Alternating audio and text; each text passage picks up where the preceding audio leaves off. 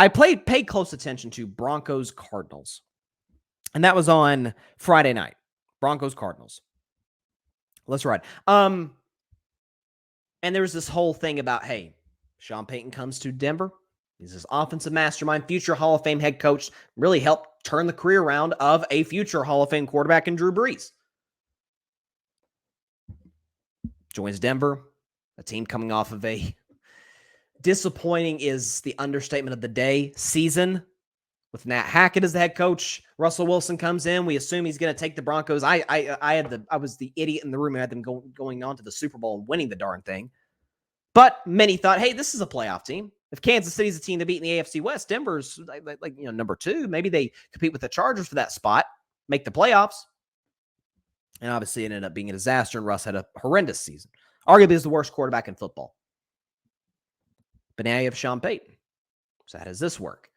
Well, first preseason game against the Arizona Cardinals, who I'm going to save all of my preseason predictions or my regular season and postseason predictions for a few weeks from now when I do my show at that point, when I make all my NFL predictions for the year.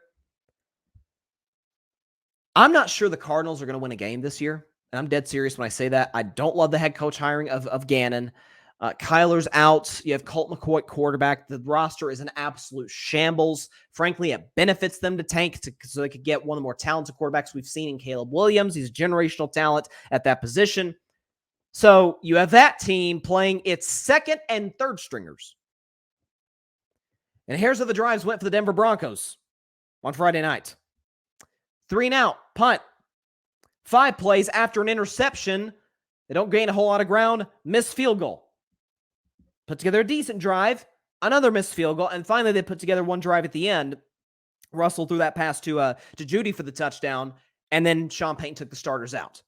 So if you're a Broncos fan, the optimistic way to look at it is, hey, got up to a shaky start. And by the way, for the record, you look at Russ's numbers, the pass rating's pretty good. Pass rating's over 100, but 7 for 13, barely over 50%, 93 yards, a touchdown, no turnovers. And in fairness to Russell, he didn't get the benefit of the doubt he didn't get the benefit of the player with a couple drops. He had a little shovel pass that was dropped by the running back. And then the play before the touchdown to Judy had a pass go right, perfect throw goes right through Judy's hands. Those happen. But in fairness, that wasn't on Russell. An optimist would say, hey, got better and better every drive. You go from 3 and out to, you get a first down, miss field goal, to the next drive. You get in a field goal range again, nice little drive, but you miss. And the last drive, you really put some together and you finally cash in the end zone. Way I view it is, Sean Payton had to play Russell Wilson throughout the course of this preseason game into the second quarter.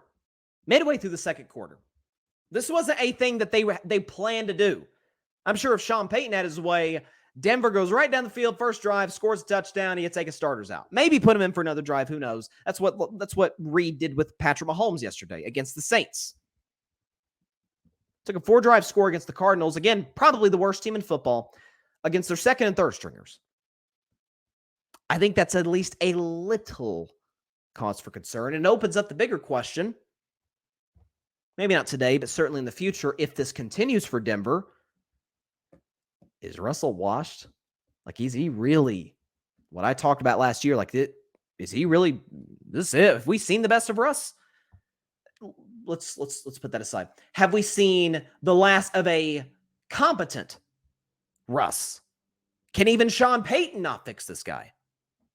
That's the question. And I also think there's in Sean Payton's culture now in Denver, there's a certain level of, when you go out with that person and they're very outgoing, you date them for a couple of years, and after a while, they almost get too outgoing. Maybe you have some issues that come with that, and you break up with them. And then you end up with somebody else who's almost too reserved for you, and you overcorrected.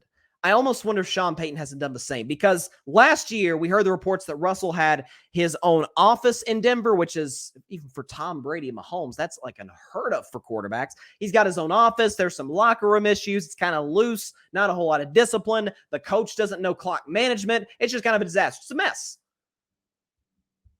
Well, Sean Payton should come in looking to establish culture. Absolutely.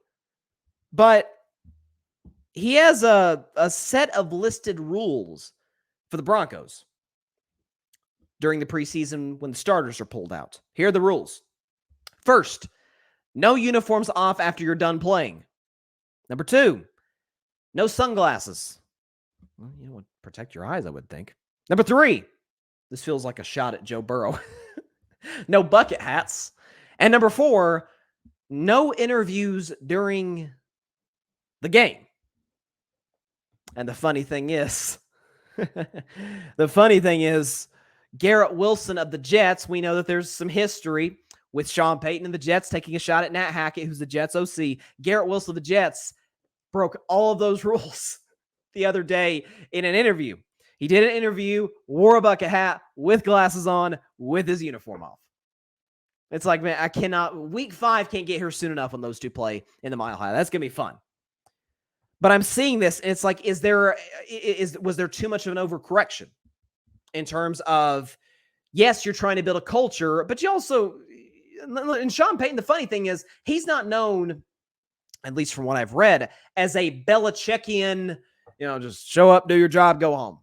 Like, there's like no fun allowed, basically. We saw back in the day in New Orleans after the Saints win games. I mean, the locker room looked like a freaking nightclub. They'd shut the lights off and get a big boom box and blast music throughout the locker room. It was awesome. I even saw some smoke in there. It was lit. It was great. Has he gone too far in the other direction in Denver? That's the question. So this whole experiment with Russ is going to be interesting to watch. By the way, Denver, if you look at their next couple preseason games, you assume that Russell and the offense are going to play at San Francisco this Saturday, and then the Saturday after that, they get a home preseason game against the Los Angeles Rams. Probably play that last preseason game just because it's 2 weeks before the opener when Denver hosts the Las Vegas Raiders. But listen, there's a slew of teams. Again, like I said, I'll do my predictions a few weeks from now. I'm kind of putting them together at the moment, but there's our guaranteed playoff teams, knock on wood, barring injury, or in the case of like the Cincinnati Bengals, further injury. Cincinnati's going to make the playoffs. Kansas City's going to make the playoffs. Jacksonville's going to make the playoffs because they're in a horrible division. They've got a great ascending quarterback. NFC, Philly's going to get in. Niners going to get in. Like we have kind of our shoe-in teams. Denver's one of those teams that they're not beating Kansas City for the division. They haven't beaten Kansas City since the 2015 season, since the Obama administration. It's been that long. Week 2, 2015. I remember that game. Peyton Manning played in it. That's how long it's been. So not beating Kansas City for the West, but they certainly have the talent. And you would think, had they had the coach to compete for one of those 3 wildcard spots in an AFC that is just loaded with great quarterbacks, even good quarterbacks. I don't know. It could have been a better showing against, of all teams, the Arizona Cardinals. That's all I'm saying. Now, I don't think it's panic mode. There's no need to panic today. It's just week 1 of the preseason. They can still, but you figure with OTAs, with training camp, that it'd be a little bit more buttoned up than this, a little less disorganized to a certain extent. Denver's offensive line didn't look good. I don't know. And I know McGlinchey's out, so that's part of the issue, but man, they didn't look great. Thanks so much for watching the show on YouTube, and be sure to go click that big red subscribe button and check out the other clips and full shows from Carving It Up Live, as well as our other incredible content creators here on the Grid Network.